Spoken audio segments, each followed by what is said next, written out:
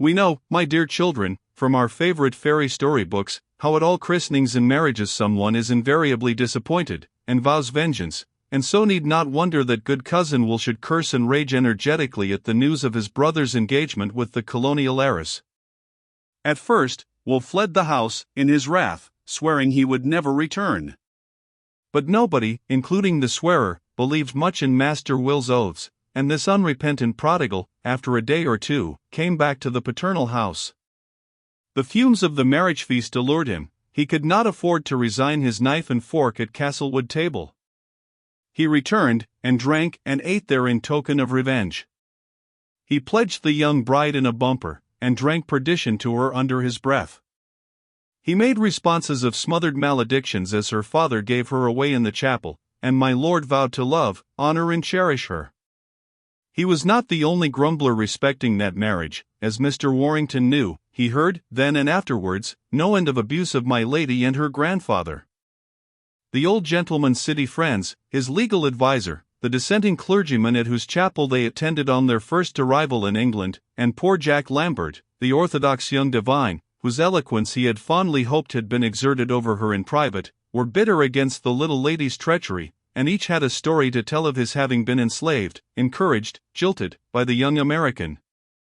The lawyer, who had had such an accurate list of all her properties, estates, moneys, slaves, ships, expectations, was ready to vow and swear that he believed the whole account was false, that there was no such place as New York or Virginia, or at any rate, that Mr. Van den Bosch had no land there, that there was no such thing as a guinea trade, and that the Negroes were so many black falsehoods invented by the wily old planter. The dissenting pastor moaned over his stray lambling, if such a little, wily, mischievous monster could be called a lamb at all. Poor Jack Lambert ruefully acknowledged to his mamma the possession of a lock of black hair, which he bedewed with tears and apostrophized in quite unclerical language, and, as for Mr. William Esmond, he, with the shrieks and curses in which he always freely indulged, even at Castlewood, under his sister-in-law's own pretty little nose, when under any strong emotion, called Acheron to witness, that out of that region there did not exist such an artful young devil as Miss Lydia. He swore that she was an infernal female Cerberus, and called down all the wrath of this world and the next upon his swindling rascal of a brother, who had cajoled him with fair words, and filched his prize from him. Why, says Mr. Warrington, when Will expatiated on these matters with him, if the girl is such a she-devil as you describe her, you are all the better for losing her. If she intends to deceive her husband, and to give him a dose of poison, as you say, how lucky for you, you are not the man. You ought to thank the gods, Will, instead of cursing them, for robbing you of such a fury, and can't be better revenged on Castlewood than by allowing him her sole possession. All this was very well, Will Esmond said, but, not unjustly, perhaps, remarked that his brother was not the less a scoundrel for having cheated him out of the fortune which he expected to get, and which he had risked his life to win, too. George Warrington was at a loss to know how his cousin had been made so to risk his precious existence, for which, perhaps, a rope's end had been a fitting termination, on which Will Esmond, with the utmost candour, told his kinsman how the little Cerbera had actually caused the meeting between them, which was interrupted somehow by Sir John Fielding's men, how she was always saying that George Warrington was a coward for ever sneering at Mr. Will, and the latter doubly a poltroon for not taking notice of his kinsman's taunts, how George had run away and nearly died of fright in Braddock's expedition, and deuce take me, says Will, I never was more surprised, cousin, than when you stood to your ground so coolly in Tottenham Courtfields yonder, for me and my second offered to wager that you would never come. Mr. Warrington laughed, and thanked Mr. Will for this opinion of him. Though, says he, cousin, 'twas lucky for me the constables came up, or you would have whipped your sword through my body in another minute. Didn't you see how clumsy I was as I stood before you? And you actually turned white and shook with anger. Yes, curse me, says Mr. Will, who turned very red this time, that's my way of showing my rage, and I was confoundedly angry with you, cousin. But now 'tis my brother I hate, and that little devil of a countess. A pretty countess, indeed. And with another rumbling cannonade of oaths, Will saluted the reigning member of his family. Well, cousin, says George, looking him queerly in the face, you let me off easily, and I dare say I owe my life to you, or at any rate a whole waistcoat, and I admire your forbearance and spirit. What a pity that a courage like yours should be wasted as a mere court usher.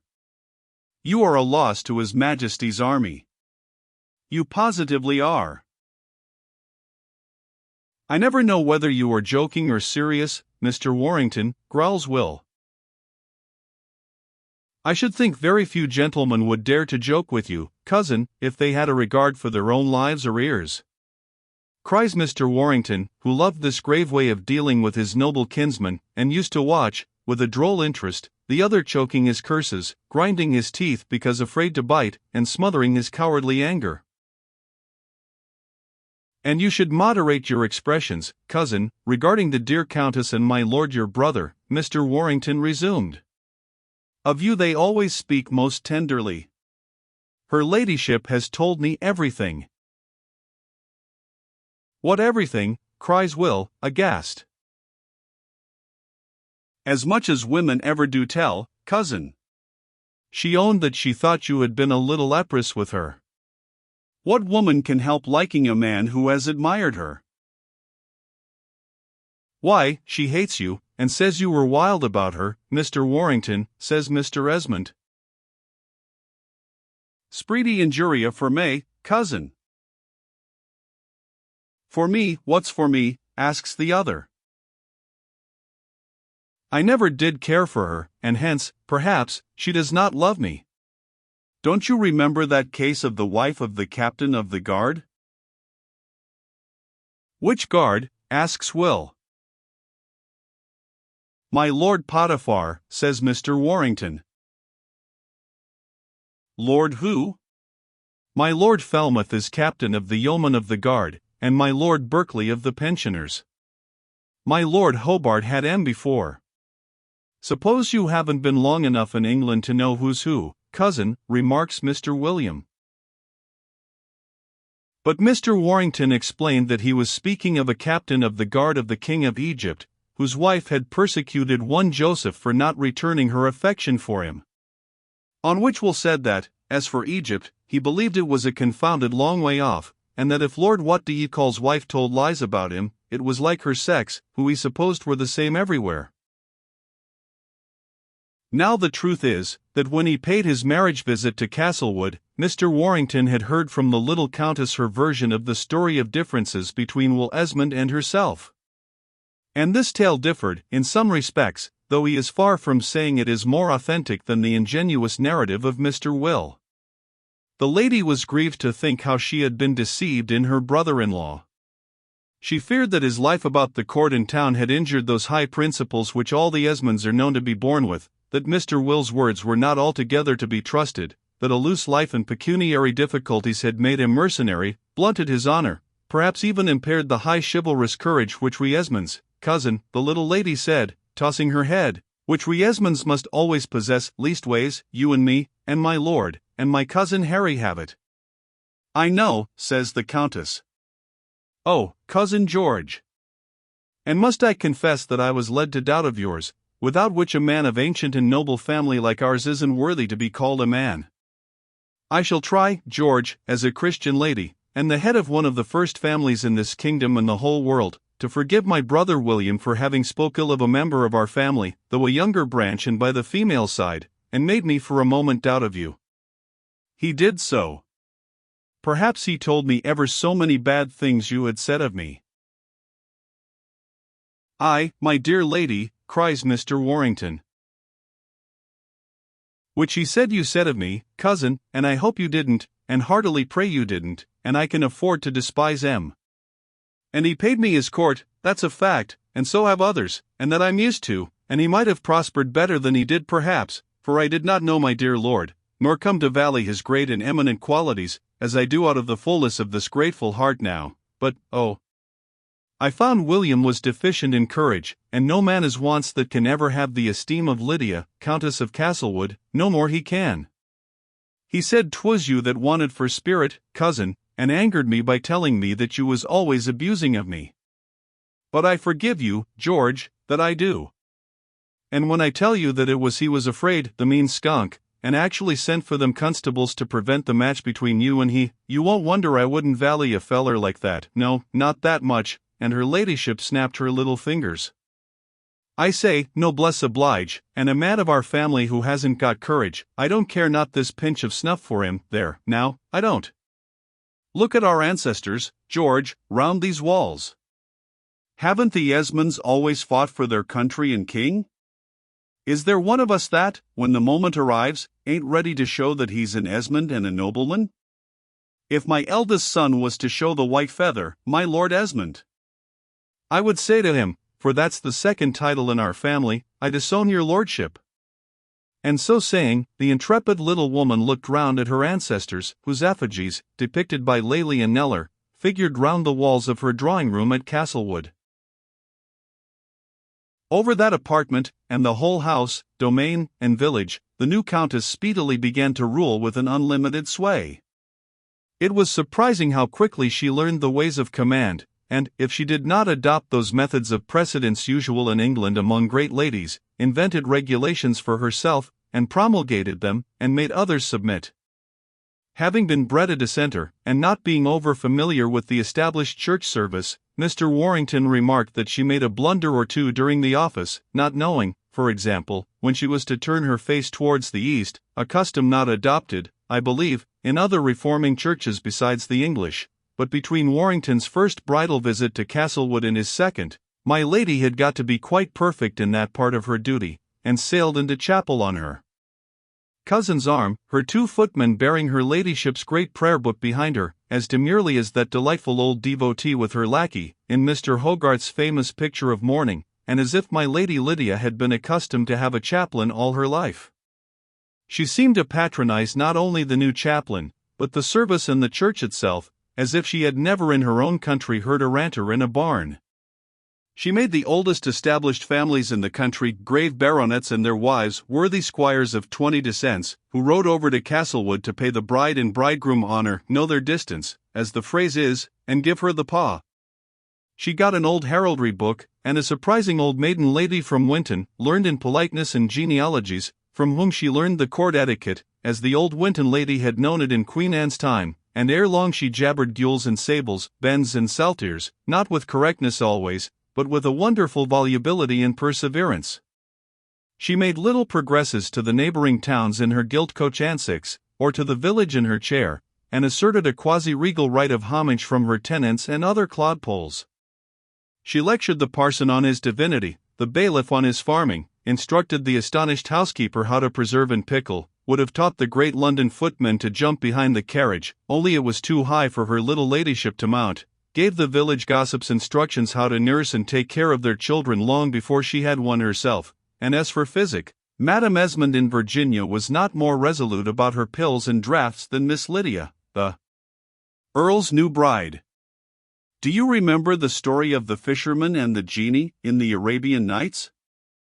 So one wondered with regard to this lady, how such a prodigious genius could have been corked down into such a little bottle as her body. When Mr. Warrington returned to London after his first nuptial visit, she brought him a little present for her young friends in Dean Street, as she called them, Theo being older, and Hetty scarce younger than herself, and sent a trinket to one and a book to the other, G. Warrington always vowing that Theo's present was a doll, while Hetty's share was a nursery book with words of one syllable. As for Mr. Will, her younger brother-in-law, she treated him with a maternal gravity and tenderness, and was in the habit of speaking of and to him with a protecting air, which was infinitely diverting to Warrington, although Will's usual curses and blasphemies were sorely increased by her behavior. As for old age, my Lady Lydia had little respect for that accident in the life of some gentlemen and gentlewomen, and, once the settlements were made in her behalf, treated the ancient Van den Bosch and his large periwig with no more ceremony than Dinah her black attendant, whose great ears she would pinch, and whose woolly pate she would pull without scruple, upon offence given, so at least Dinah told Gumbo, who told his master. All the household trembled before my lady the Countess, the housekeeper, of whom even my lord and the dowager had been in awe, the pampered London footmen, who used to quarrel if they were disturbed at their cards, and grumbled as they swillied the endless beer, now stepped nimbly about their business when they heard her ladyship's call, even old Lockwood, who had been gate porter for half a century or more, tried to rally his poor old wandering wits when she came into his lodge to open his window, inspect his wood closet, and turn his old dogs out of doors. Lockwood bared his old bald head before his new mistress, turned an appealing look towards his niece, and vaguely trembled before her little ladyship's authority. Gumbo, dressing his master for dinner, talked about Alicia, of whom he had heard the chaplain read in the morning, and his bald head and de boys who call names, and de bars eat up, and serve right, says Gumbo. But as for my lady, when discoursing with her cousin about the old porter, pooh, pooh. Stupid old man, says she, past his work, he and his dirty old dogs. They are as old and ugly as those old fish in the pond. Here she pointed to two old monsters of carp that had been in a pond in Castlewood Gardens for centuries, according to tradition, and had their backs all covered with a hideous grey mold. Lockwood must pack off, the workhouse is the place for him, and I shall have a smart, good-looking, tall fellow in the lodge that will do credit to our livery. He was my grandfather's man, and served him in the wars of Queen Anne, interposed Mr. Warrington. On which my lady cried, petulantly, "Oh Lord! Queen Anne's dead, I suppose, and we ain't going into mourning for her." This matter of Lockwood was discussed at the family dinner, when her ladyship announced her intention of getting rid of the old man. I am told, demurely remarks Mr. Van den Bosch, that, by the laws, poor servants and poor folks of all kinds are admirably provided in their old age here in England. I am sure I wish we had such an asylum for our folks at home, and that we were eased of the expense of keeping our old hands. If a man can't work he ought to go, cries her ladyship. Yes, indeed, and that's a fact, says grandpapa. What? An old servant? Asks my lord. Mr. Van den Bosch possibly was independent of servants when he was young, remarks Mr. Warrington. Greased my own boots, opened my own shutters, sanded and watered my own sugar, sir, says my lord. Noble floor, son-in-law, says the old man, with a laugh, though there is such tricks, in grocery stores, saving your ladyship's presence. La, pa! What should I know about stores and groceries, cries her ladyship. He remembers stealing the sugar, and what came on it, my dear ladyship, says grandpapa. At any rate, a handsome, well-grown man in our livery will look better than that shriveled old porter creature, cries my lady. No livery is so becoming as old age, madam, and no lace as handsome as silver hairs, says Mr. Warrington. What will the county say if you banish old Lockwood? Oh! If you plead for him, sir, I suppose he must stay. Hadn't I better order a couch for him out of my drawing-room, and send him some of the best wine from the cellar? Indeed your ladyship couldn't do better, Mr. Warrington remarked, very gravely. And my lord said, yawning, Cousin George is perfectly right, my dear. To turn away such an old servant as Lockwood would have an ill look. You see those mouldy old carps are, after all, a curiosity, and attract visitors, continues Mr. Warrington, gravely. Your ladyship must allow this old wretch to remain. It won't be for long. And you may then engage the tall porter. It is very hard on us, Mr. Van den Bosch, that we are obliged to keep our old negroes when they are past work. I shall sell that rascal Gumbo in 8 or 10 years. Don't think you will, master, says Gumbo, grinning. Hold your tongue, sir. He doesn't know English ways, you see, and perhaps thinks an old servant has a claim on his master's kindness, says Mr. Warrington. The next day, to Warrington's surprise, my lady absolutely did send a basket of good wine to Lockwood, and a cushion for his armchair. I thought of what you said, yesterday, at night when I went to bed, and guess you know the world better than I do, cousin, and that it's best to keep the old man, as you say.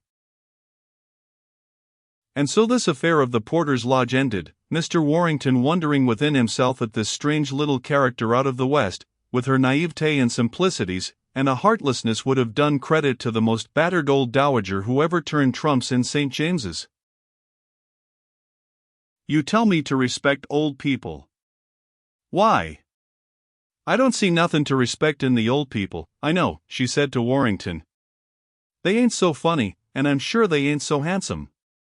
Look at grandfather, look at Aunt Bernstein. They say she was a beauty once. That picture painted from her. I don't believe it, nohow.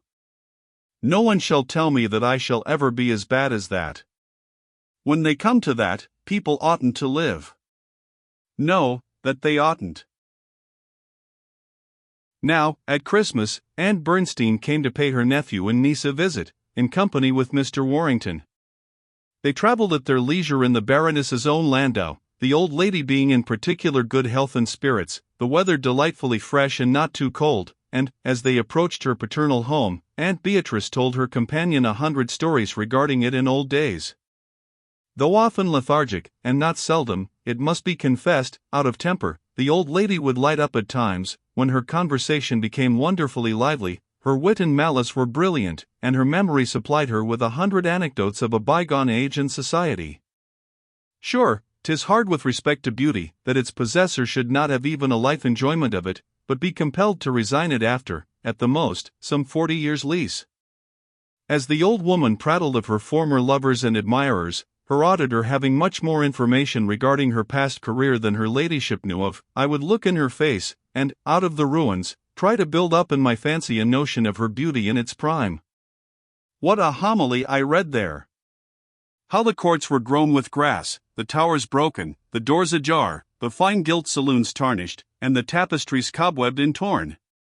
Yonder dilapidated palace was all alive once with splendor and music, and those dim windows were dazzling and blazing with light. What balls and feasts were once here, what splendor and laughter! I could see lovers in waiting, crowds in admiration, rivals furious. I could imagine twilight assignations, and detect intrigues, though the curtains were close and drawn. I was often minded to say to the old woman as she talked, Madam, I know the story was not as you tell it, but so and so. I had read at home the history of her life, as my dear old grandfather had wrote it, and my fancy wandered about in her, amused and solitary, as I had walked about our father's house at Castlewood, meditating on departed glories, and imagining ancient times.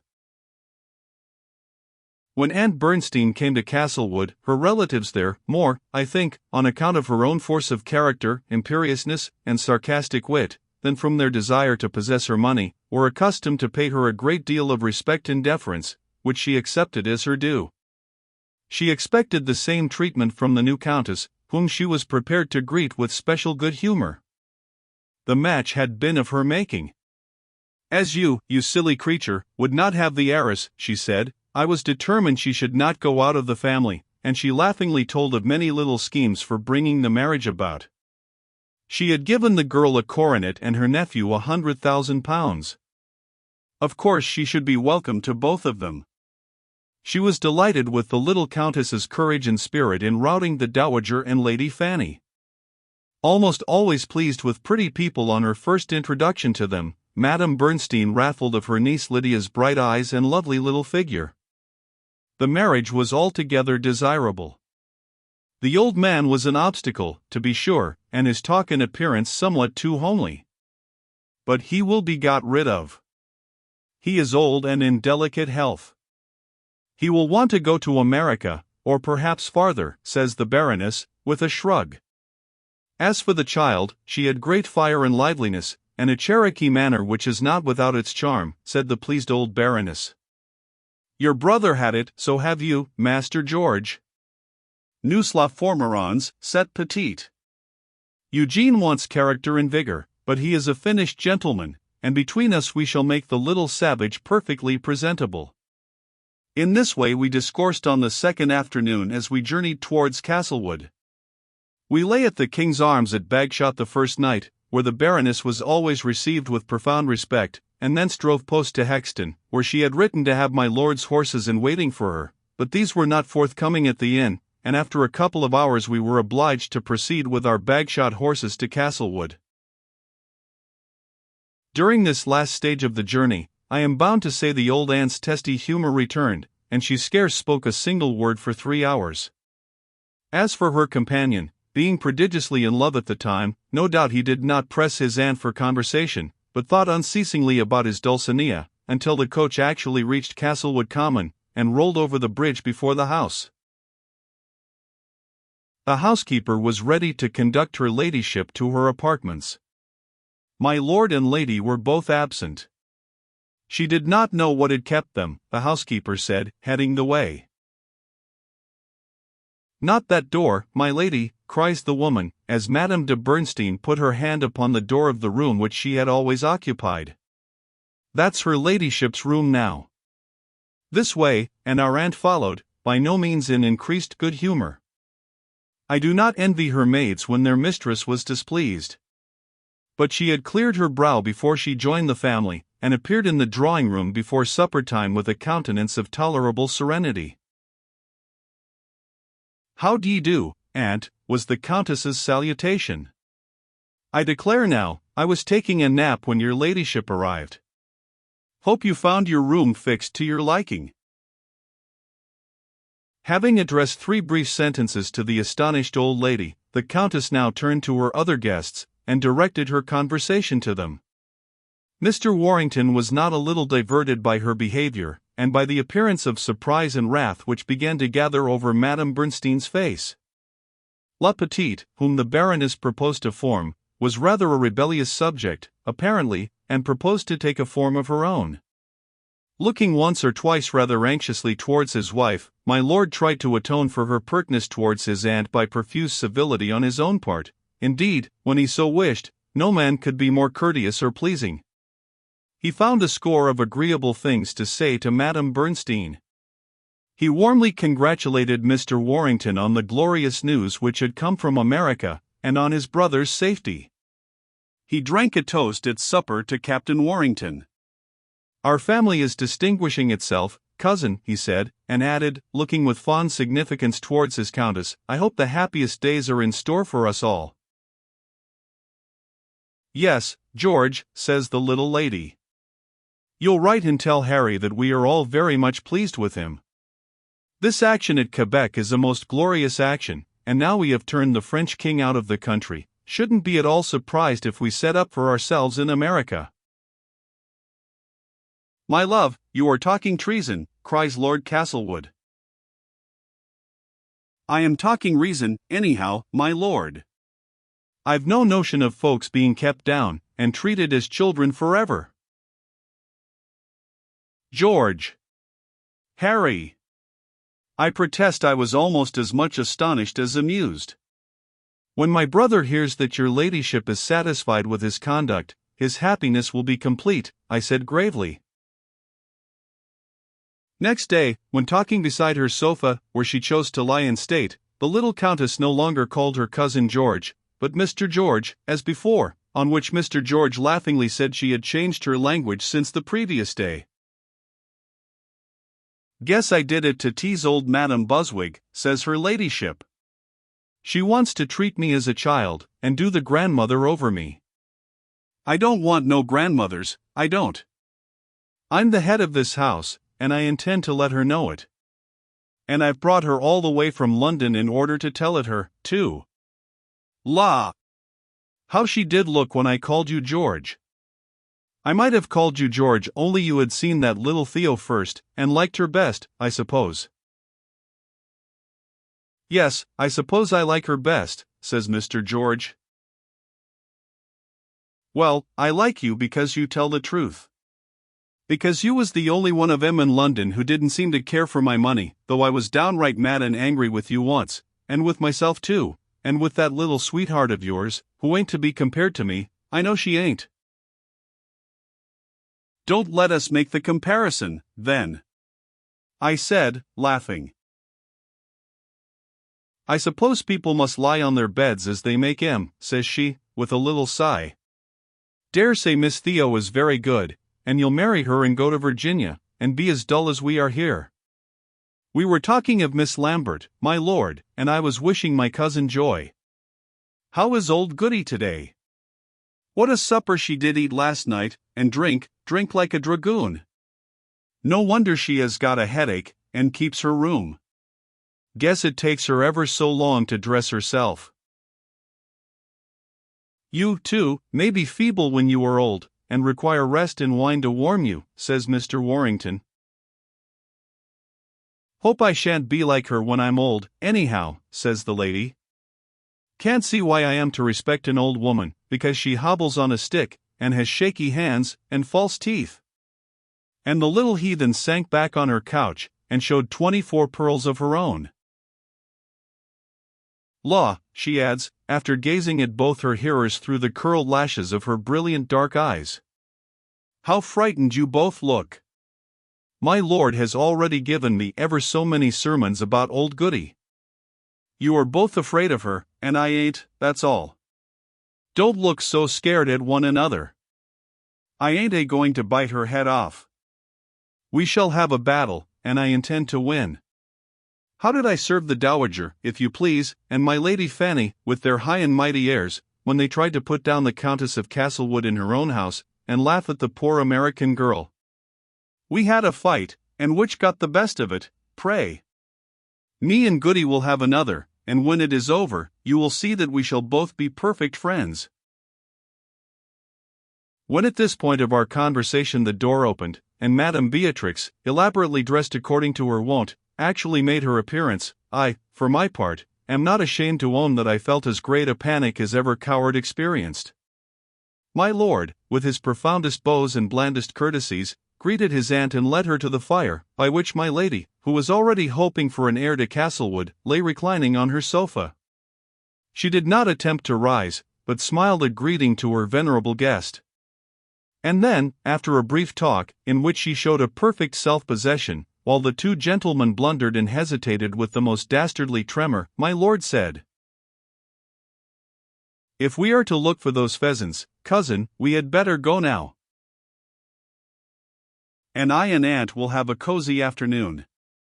And you will tell me about Castlewood in the old times, won't you, Baroness?" says the new mistress of the mansion.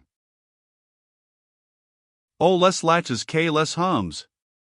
I was so frightened that I scarce saw anything, but vaguely felt that Lady Castlewood's dark eyes were following me.